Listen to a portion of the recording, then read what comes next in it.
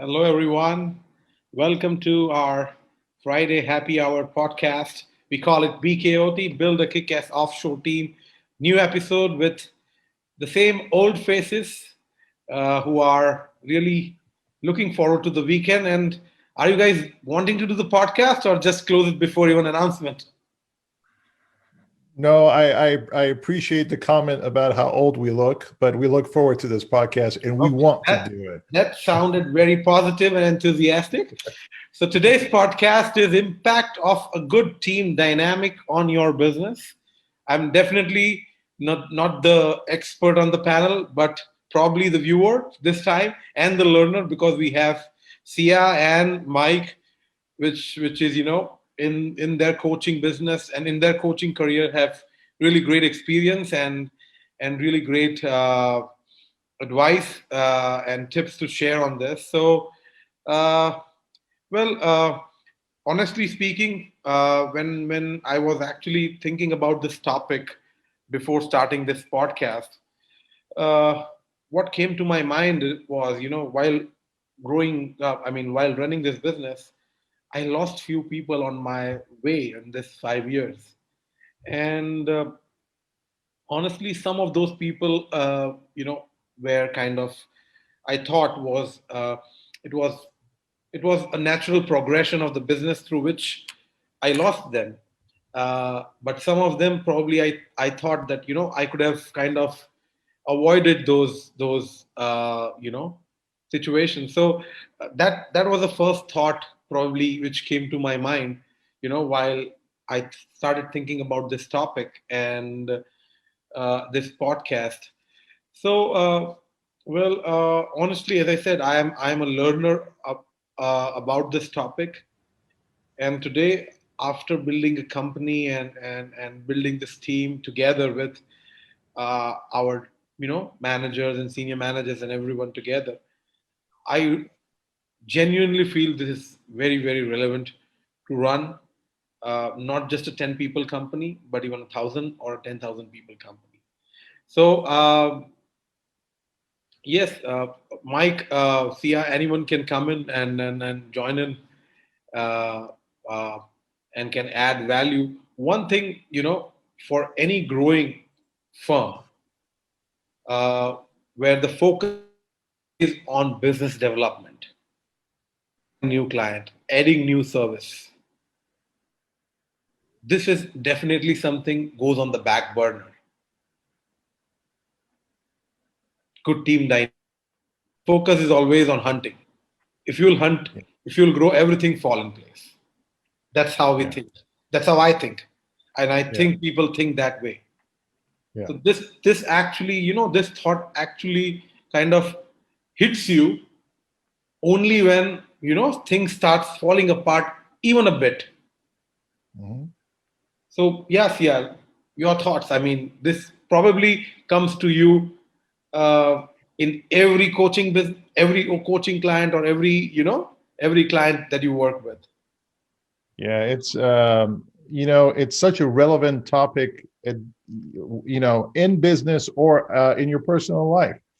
And really, when we're talking about team dynamic, Sean, that has to do with how you manage relationships. And relationships are managed either on one-on-one basis or in group settings. And in business, you need to have a healthy dose of both of those things.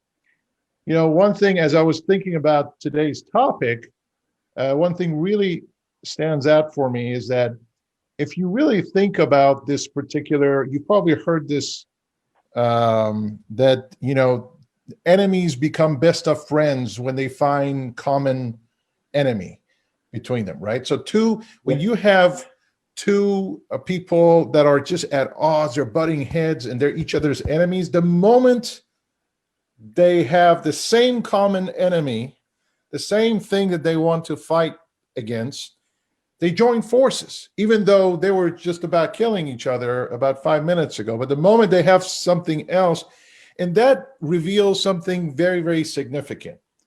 If enemies can find ways to work together, because there's a common cause. Imagine what you can do with your team who are not each other's enemies, hopefully, at least not to that extent, right? Depending on what you're talking about. So for me, having the right team dynamic, it really begins with whether there's an existence of a greater cause beyond just, we're going to conquer the world. We're going to be the most profitable, the most revenue, the best, the number one, ... You can complete the rest of the sentence there. There's got to be a very common cause that the team cares about, and then you have something to work with in terms of dynamic. Without that, you don't really have the glue that holds it together, and everything else, in my opinion, if you do, it's sort of a superficial endeavor to just band-aid some of the issues with the team. What are your thoughts on that, Mike? What do you think about that? Well, I don't I agree with you because you're such a smart guy, but you know, when I think about it, when it comes to high performance or well-run teams within an organization, it starts with the organizational's vision, the organizational's culture, the organization's reason for being, and then every team within the large organization, within the big organization, are doing things in a way that helps support the big mission. You know, so each cross-functional team with an organization also has to have a design, a charter, a relationship, or a way they communicate, kind of like a model of, you know, what is the reason for that team? How does that team support the big picture or the big goal of the organization? And how are those members going to relate to each other and to the other teams in the organization? Because you have, you know, no corporation of 10 people or more has only one team. They have subsets. And as long as the subsets are working towards the same big picture goal, like in Sean's case, is I'm out hunting, I'm out growing the business. My teams that are back home, if you will, need to be supporting the same mission that the leader has. Otherwise, it goes in different directions. And although they might be the most dynamic team ever, the corporation suffers because they're going the wrong direction. So commonality of purpose and goals are necessary for teams to be high performing. And then when you break a team down, what is a high performing team? You find that they're organized around what your core process is for your company. You find out they're kind of self-governed, they're a self-governed team, and they're making decisions at the point of connection with the customer, at the point of where the rubber hits the road, if you will. They're not waiting for a higher up to make the decision for them or to support their decision. So decisions, I guess a better way of saying decisions are made at a point of action. So it's kind of like a well-performing team is organized well, they're passionate, they share their leadership, they have a principled governance. They're another way of saying they view each other as partners. You know, those type of things are all characteristics of a dynamic team. Well, Mike, probably one of the things, you know, when we talk with firms and when we internally also think that whatever objective or larger goal that you are running, a team should be on the same page. And if a team member is being asked, he should be able to describe that. He should be able to articulate that. See, there is a concept of individual rationality and collective rationality. And we always tend to believe that if a group of people behave rationally together, even though, I mean, if they're individually rational, they necessarily will be rational as a group too. I mean, there is a concept called prisoner's phobia. I was reading to professors where they say that there are two prisoners who are actually in a solitary confinement. They have been caught on charges. Now, what has happened is they have a main charge for which they don't have evidence, so they cannot prove main charge against both of them.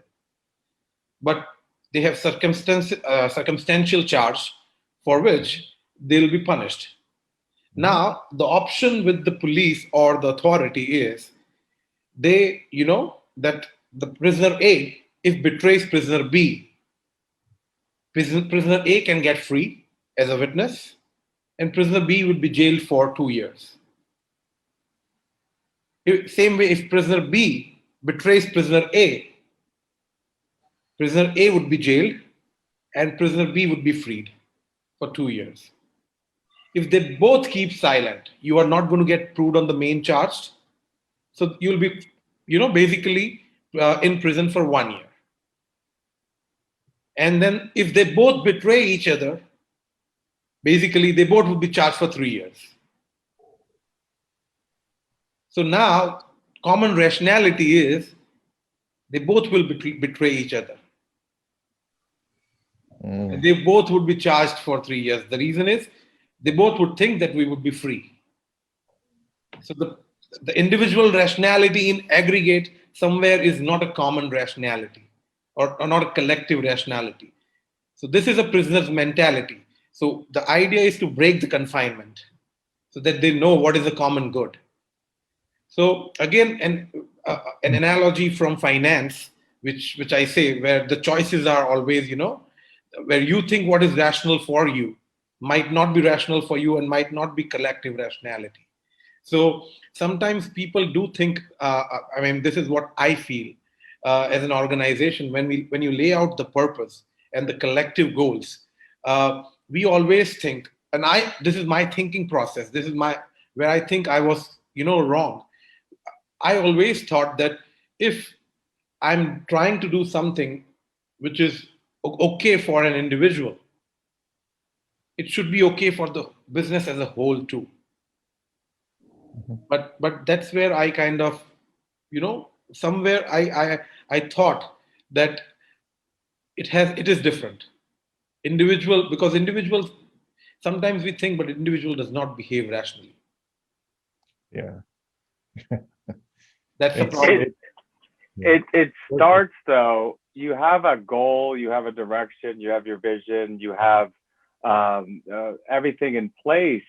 But if you don't have the right management team, none of this will be implemented. So I've been in client relations and sales and marketing for 15 years. And I never looked at a manager or boss as a manager or boss.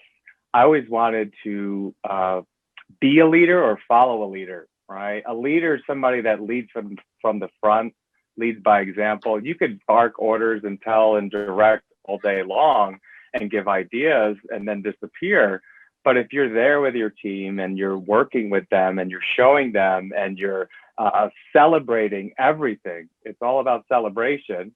And if something goes wrong, you just coach, you give feedback, you don't make any negativity. But if you need to have the right management team in place, then everyone will, what's the saying, eat the cake or drink the Kool-Aid.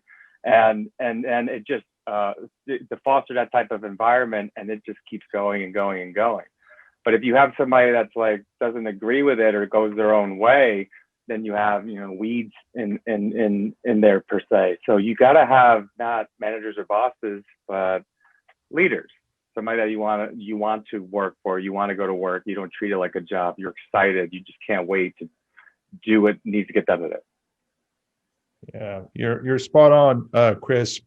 People are a lot smarter than we give them credit to. They can sense when there's a leader that actually cares for them, right? Or there's a leader that is instead exploiting the team for business profit.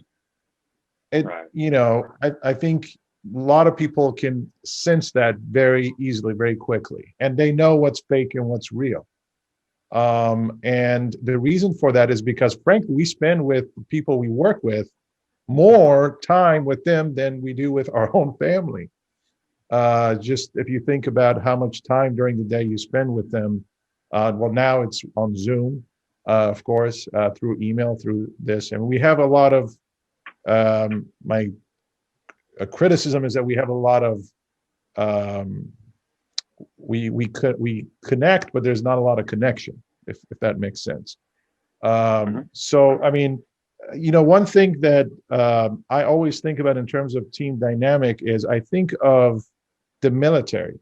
I think about how there's this huge organization that is so big with millions of soldiers.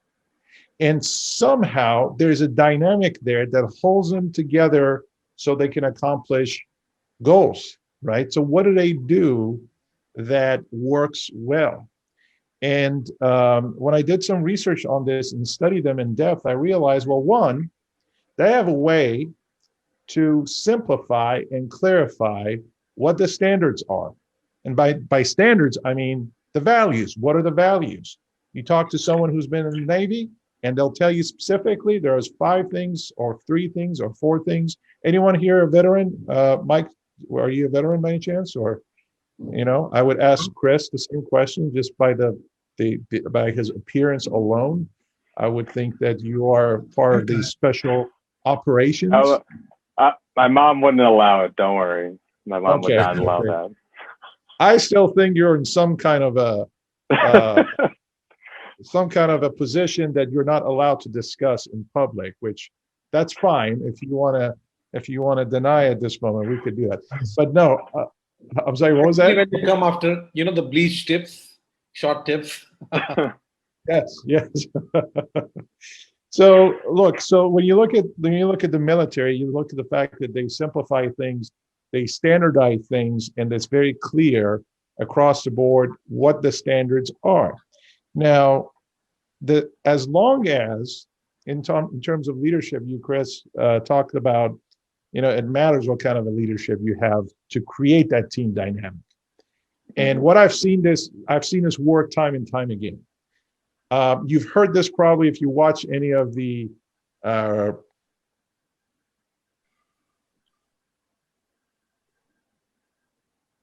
one for all. We lost your sound there for a second. Say that again. Your sound went out. Can you hear me now? Yeah, We now can you're hear okay. you, You can but- come again. Last 5 seconds, Okay. you missed it. That's okay. I was giving the secret to cancer. So That sorry was you a lost. brilliant 5 seconds, I'm sure. Yeah. No, to curing cancer, excuse me, not secret. But anyway, what I was saying is that if you remember the movie, The Three Musketeers, the thing that they would say is all for one and one for all. Okay. And because it was simple, easy to remember.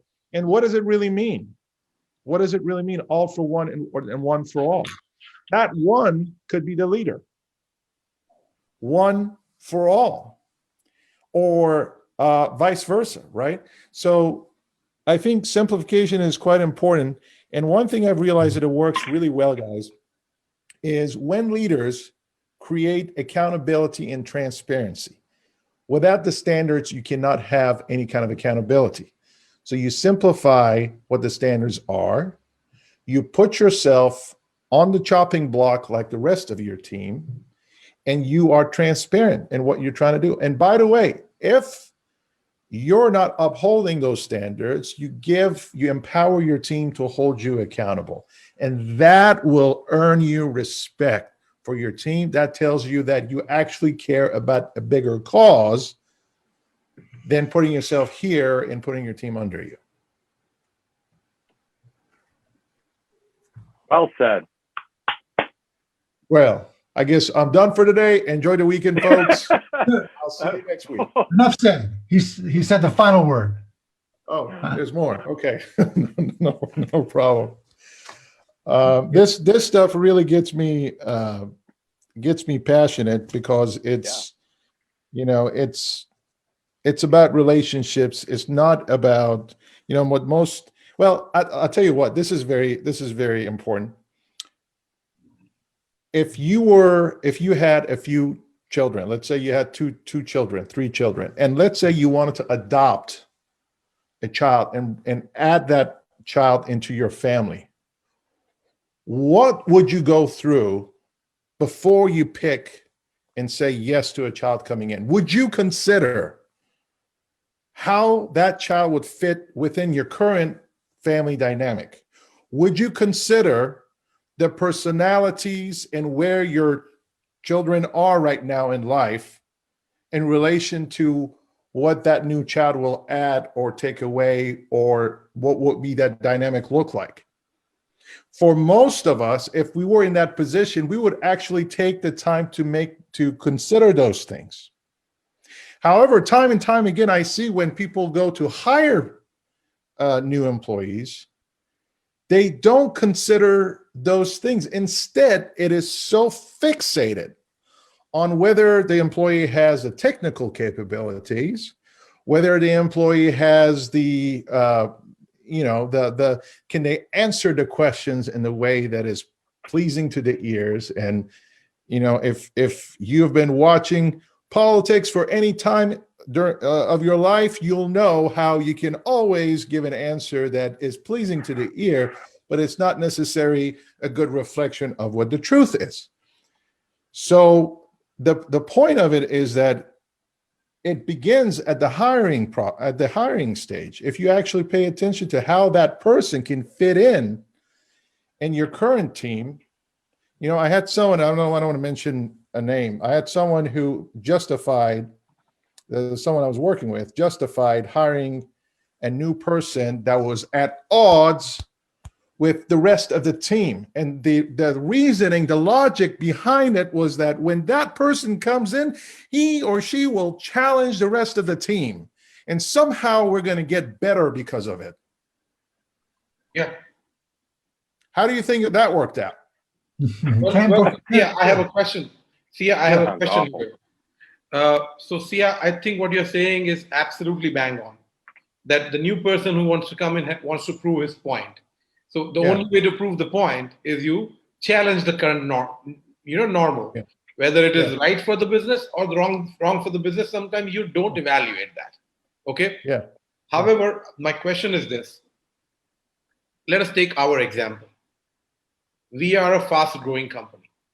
I mean, we are not a regular growing company growing like 20% year on year, right? So in a matter of 6-7 years, we have become, so we grow like 100% year on year, right? So we are not the same every year. So the challenge is sometimes, so because there are people working with me right now who has been the first 20 employees or first 15 team members of the company. How about, that evolution? Because somehow what happens is you don't have those people who are good for 1 to 50. Sometimes they become really misfit from 50 to 250. And the one good from 50 to 250 are really not, they somehow are not able to evolve from the 250 to 1000 journey. So what you're saying is right. But now the demands of the business were not there. So let me give you an example. And this was happening just right. This was yesterday's discussion. We never had customer relationship position in our business. I mean, 2-3 years back, right? But now as business was growing, me and my brother and, we cannot manage those relationships. So we have to organically bring in a customer relationship manager. So now those managers who were working, the team associates, there is a layer in between. Yeah. So, what happens? How to deal with that?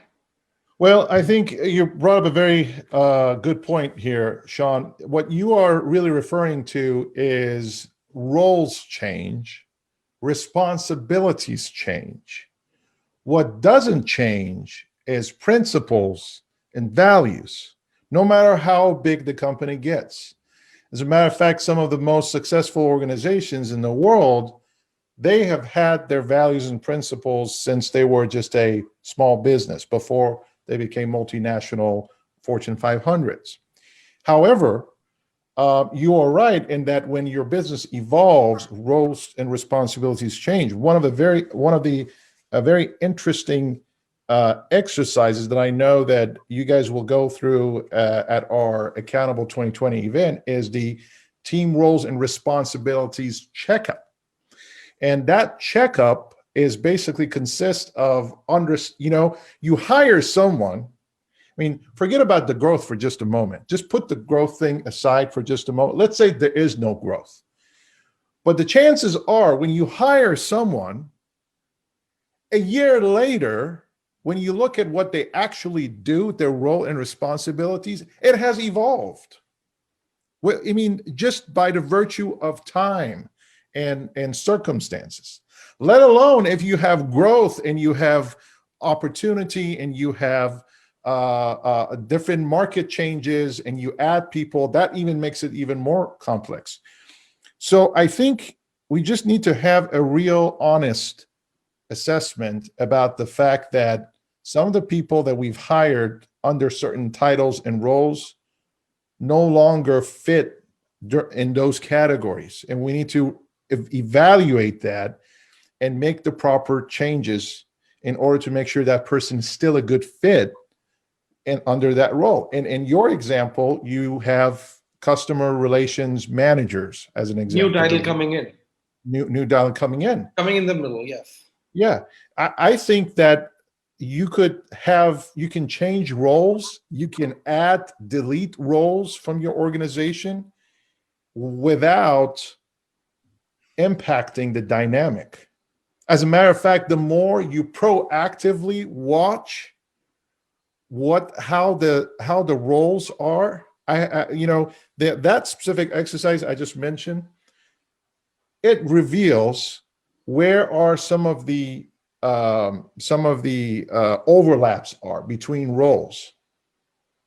And so what happens is that when you have a role and I have a role, let's say we're working for the same company, but our roles overlap, that actually negatively impacts the dynamic between us.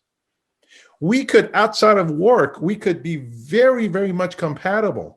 But because we overlap with our roles and responsibilities, you may get upset that why did I take on that particular project when it was yours to take? Or I get upset, why did you handle or made a decision on this particular thing when it was really my decision, or you should have discussed with me first? And the issue in that example, it's not you or me. It's the fact that the role hasn't really clearly been defined between the boundaries of what I do and what you do. And if we were to fix that, then we'll have a better team dynamic. I don't know if I answered your question, but that's what I think. Well, I understood it in a way, yeah. Yeah. In a way, in Sean's language, you were kind of there, but well, I'm still not convinced, or still this is my dilemma.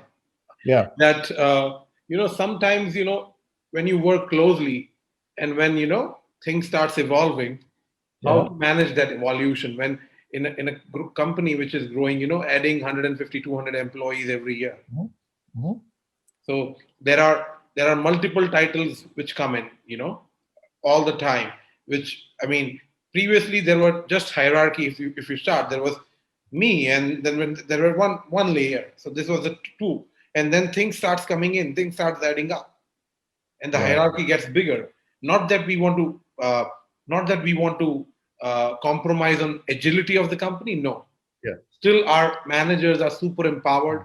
Still, our team is super empowered, and I would like to keep it that way. But still, the challenge is sometimes that the acceptability of the evolution. So I believe that the people who have been working with us should naturally progress on the higher roles. But as the business progresses, these new roles demand newer faces, and which is not available in your existing spectrum. Yeah. Ideally, in an ideal world, I think that makes sense. But what happens in real time is that you have people that are not ready yet to be placed in that higher responsibility. Absolutely. You have others who don't have aspirations to move up in there. They may be ready in terms of talent and skill set. They don't want to do it. But they just don't want to. They're more comfortable. I can't tell you how many times in interviews of existing teams, I find out that people, when I ask them about their career path, where would you want to go? How would you like to see this? They say, I am good where I'm at, Sia. If I do what I'm doing right now for the next 10, 20 years, I'll be happy. I don't want any more of that. Why? Because it gives me flexibility. I can spend more time with my children. I can do this. This is where I want to be. Now, personally, knowing you, Sean, knowing me, to us, we're like, why would you? That doesn't make sense. Let me sit down and talk to you and tell you how you are missing out on all the great. What was that, Mike? I say you want to tell them how they're wrong. How they're wrong. How, you know, don't discount yourself like that. Don't think small, think big, and all that. Blah blah blah blah. That's a recipe to disaster. Yeah, yeah. I mean, Yeah. yeah. Anyway, Spot on. So, yeah. But yeah, yeah. Go ahead, Chris. I have a quick story. So your spot. Someone keeps calling. These robocallers are annoying. A story behind that. There was a long story short. I was a 32 or 33-year-old manager taking over a team where the top rep was 61 years old. And so I had one-on-ones with him, and I met with him. I was like, you're double my age. Why are we in this different spots here? And he goes, I would never take your job. I would never, ever take your job. I've been doing this for 31 years, and I'm extremely happy. I'm good at what I do, and that's all I want to do. So you have to also keep that in mind. And ages, throw that out the window nowadays. It doesn't matter as long as and then when I left the company, he goes, you were one of the best managers I've ever worked for. And it made me feel good because I was nervous that he was just going to not respect me because of the age factor. But you have to lead by example, lead by from the front and walk the walk and talk the talk, which I did. And he respected me. That's all that matters. Yeah. Going back to Chris, what Sean was saying is that as long as I think there's planning ahead, and as long as the organization understands not just where the company wants to go and what the business needs, but how that correlates with each individual in terms of their own aspirations. Because a lot of times you talk to them and the person thinks like, if I don't come out and say I want that role and I should have it, I'm going to get fired because they're going to think I'm complacent. When in fact, if I think a smart organization thinks about, hey, we have a place for you. If this is all you want and you're good with it for the next 30 years, we can still use you. You're not disposable. You're not, we have a place for you and we can thrive with you in our organization. Now, those who are looking to grow and looking to move up the ladder, we have a place for you too, but that doesn't happen with just title change and salary change. We want to make sure that when you get to that position and that role, you're happy with it. Therefore, we need to see, what is it a good fit for you? Do you really want it? Because then you have the younger team members that haven't really thought this through, because all they're thinking about with those new roles coming, with your org chart changing, all they're thinking about is more salary, more power, more money, more power. You know, those are and my goodness, the whole world is breaking apart because people are chasing money and power. Instead of thinking of, what's my talent? What specific thing do I do that when I do it, it doesn't feel like work? And as an employer, as a business owner of either 1,000, 10,000, 100,000, or 2, if you can make that connection, you're going to find people working for your organization that will, you know, put their neck on their line, on the line to make sure that you succeed. If that makes sense. Yes. Absolutely. I am late for a client call. That's who's calling you. I'm sorry, client, that I'm supposed to call right now. No problem, Chris. We had a Can good time with you. Can we give him a shout out? No names. Guys, Okay. it was great meeting with you. We'll All right. catch up soon. This is a really good, Right, important topic. Take Thank care. you, Chris. Take care, man. Appreciate it. One of the things, probably because we're discussing this, I always wanted to, because we are evolving faster and growing fast, I always wish to, address problems quickly, because, when you're adding layers in your hierarchy, problems are going to crop up. Yep. So one of the mantras or one of the things I always believe that you should have such agility that you should be addressing problems quickly, as you said, Right. transparently and clarifying everything, but at the same time you should act upon in such a way that you address everything in a very quick manner. Yeah. You're so right, Sean. I can't tell you how many times I've seen, in good faith, you have people, accounting firms go ahead and conduct employee surveys. They survey their employees, and then nothing happens because, and so when you say agility and actually addressing things quickly, it's even worse when you do a survey and you don't do anything. That means that, it's like, getting someone to sit down and talk to you, and you say, great. And then you don't respond, you don't make any changes, you don't follow through. I mean, it's having the door shut in their face, basically. So what you're saying is very important. And I always tell people, if you're not going to follow through with the next steps after making your team take a survey, don't have them take one. Don't do the survey. Don't do the survey. I've come across this in my work with companies of all stripes, not just CPA firms, although there is a recent example of a CPA firm.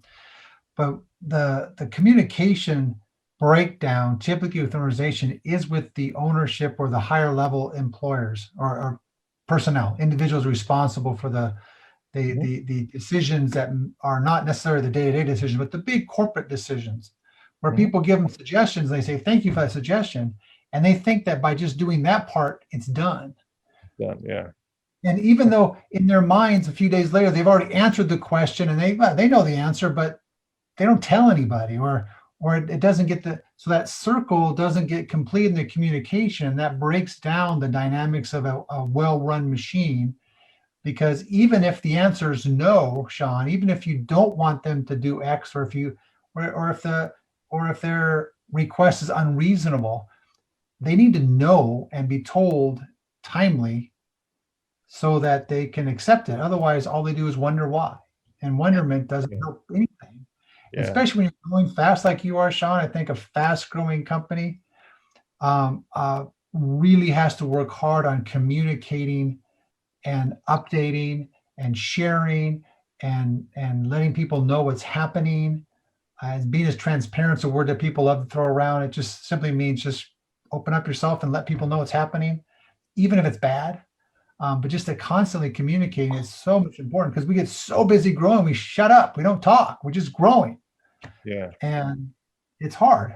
Yeah. The other thing I was thinking earlier in the conversation that was in my mind is, people don't hire strategically. They hire painfully, or they hire to fill a hole, but they don't hire strategically. And what I mean by strategically, it's just exactly what you're saying a little bit earlier, is what is this person going to do, and what is the right person for X, not just a body. And as we grow too fast, we throw bodies into slots without taking the time to select them. And sometimes we have no choice. It's like we're desperate for employees, so we don't have, like, I have one client that's like, anyone who walks in, I'll hire because I just need a body. Yeah. Well, I'd rather have them go without the body than to hire the wrong body. I'd rather have, think about that. Just anybody, we hire anybody, not a good plan. So strategically hiring is critical to. Well, Mike, listening to you reminds me of so many mistakes I have made. We all have, John. We all have. I wasn't there. I didn't know you, man. It's my reflection talking to me. Well, case in point, I just happened to be talking to a small firm here. I was in a meeting with 10 CPAs of all levels of organization, and one administrative person who was responsible for the bookkeeping. And interesting, Sean, enough, they were talking about maybe using remote staffing. So I had a nice conversation about that. And they kept saying, well, Heather's going to be in charge. Heather's going to be in charge. Heather's going to be in charge. Great. So after the meeting, a week later, I call Heather. Hey, Heather, how's it going? Need more questions? And her answer was, well, they haven't told me anything since we last met, so I don't know what's going on. So I'm like, I thought you were in charge of this. They did not communicate to Heather. Obviously, that they're thinking about it longer. She's like, I haven't heard. I'm like, I thought you were in charge of this potential person. But anyway, there's the So lack of basically what we call, because we are in sales, I'm sorry, I'm cutting you off, but a little funny thing. Whenever we get this answer that he's going to be the in charge, and we finally don't. So what we tell is basically he was in charge of saying no to us. She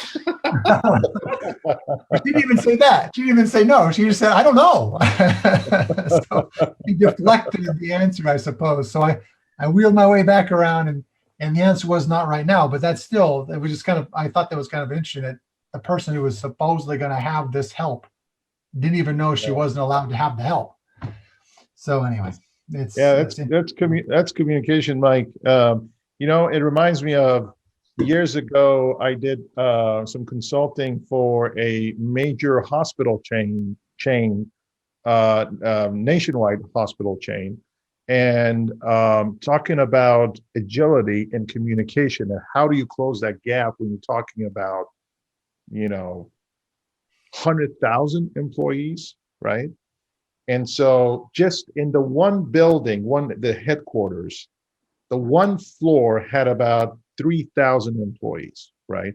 And because things were changing, this is before the pandemic, obviously years ago, but because things were changing rapidly, what we end up doing is that we had these huddles, and it's interesting. We promote huddles for inside of the firms, and people sometimes say, well, what do we do if we're like 50? I'm like, 50? You should have been there when this hospital would have huddles. Thousands of employees, there would be literally a horn, and you would come out of your office and everywhere, and we would have everyone join up. The VP would literally, I'm standing up and I'm not going to do it because this has wheels under it. Yeah, I'm going to that. Go stand up on top of a chair and then on top of a desk. And she would speak, not through a microphone, not through anything, but yell at everyone. Here's what we've done. Here's what we're going to do. And here's why it's important for us to do it and why I'm asking you to help us make sure we do this and we're successful at. This is why this matters. And it was so silent, you wouldn't hear a pin drop because people were trying to pay attention. Now, the reason why that happened is the reason why there was no microphone is because we wanted to make sure that people actually make an effort to listen, right? And it was quick. It wasn't an email. We could do it in an email. It would have been super fast and, but it brought everyone together, just physically bringing everyone together. So now, in terms of when you're looking at a company like Entigrity that is growing at a rapid speed, you have that same opportunity. And it's just, when everything, if we can't think of what's the best way to communicate, here's one: everyone get on a Zoom meeting. We can have 2,000 people. We're going to have a talk. Here's what's happening. Just keep bringing you up to speed. Here's what we've done. Here's where we're going. And the other last thing I want to mention about this is that it's important to remind the team that we're not perfect. That we're not perfect. We're going to struggle. We're going to make some mistakes, but we got to work together to make it happen. And I just can't wait to see all the great things that Entigrity is going to do with your growth. And undoubtedly, I think you're going to share a lot of those experiences with firms that are looking to grow in the same speed. Well, I think we have a lot of things to talk, and we can talk probably for another 2-3 hours on this. But yes, important announcement for Accountable. See, I want to go ahead and do that. Yeah. Sure. Thank you for bringing that up, Sean. Yes. So if you are listening and you're looking to upgrade your accounting business and you want to do it, 1, ethically, 2, you don't want any shortcuts. You want the real deal. You are willing to put the time, effort, and energy into it to make sure you have sustainable growth for the right reasons, and developing your team and the dynamic of your team and your operations, efficiencies, everything related to your business, marketing, sales, offshoring, you name it. we have this workshop designed specifically for you. It's unlike any other ones you've been to. You can find out more about it. It's a virtual workshop at @accountable-firms.com. It is held on November 12th and 13th. So please feel free to check it out. And if you have any questions about it, reach out to, and we're doing it in partnership with Entigrity and also MYCPE. We could have not done it without this partnership. So we're quite proud of it. And we can't wait to wow you with the real deal. It's a filet mignon of workshops. It's not a fast food, let's just make you a lot of quick money and send you your way. Let me show you with a silver bullet.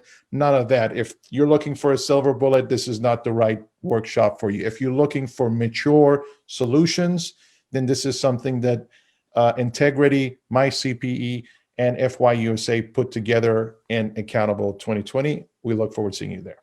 Absolutely. We are honored to be part of this event, and we have already invited a lot of our existing clients and the clients who are potentially looking to work with you. And the idea is to give the right perspective of operating business. Of course, we always wanted to show better ways and approaches to run the show. But yes, definitely, as Sia mentioned, it would be with a purpose behind it. It would not be just the regular conversation talking about optimizing and making profits and working less. It is something that we all are passionate about, and we all are working only with accountants. So that's where we thought this working together would really be real fun and real excitement. So we are all excited to see you there. So please join us if you're watching this podcast. Yeah, and for those of you who are existing clients of Entigrity and MYCPE, there's a lot of benefits already of being clients of Entigrity and MYCPE. But here's another one, as if you needed another one. But why not? That there is a code that you can use if you are an existing client that will give you a great discount. If you're not a client of Entigrity and MYCPE, this should motivate you to become one. It's 65. It's the only discount at this large rate right now that we're doing. It is only specifically reserved for the clientele of Entigrity and MYCPE. And if you are an existing client for Entigrity, you can use ENT, that's E as in Edward, N as in Nancy, T as in Tom, 2020 for your discount at our registration page. And if you are a MYCPE account holder, you can use MYCPE 2020 at the registration page. You will also receive your special discount. Thank you so much, everyone. Mike, you want to do your closing thoughts? My closing thoughts? Yep. When it comes to teamwork, one of my favorite examples of teamwork is geese.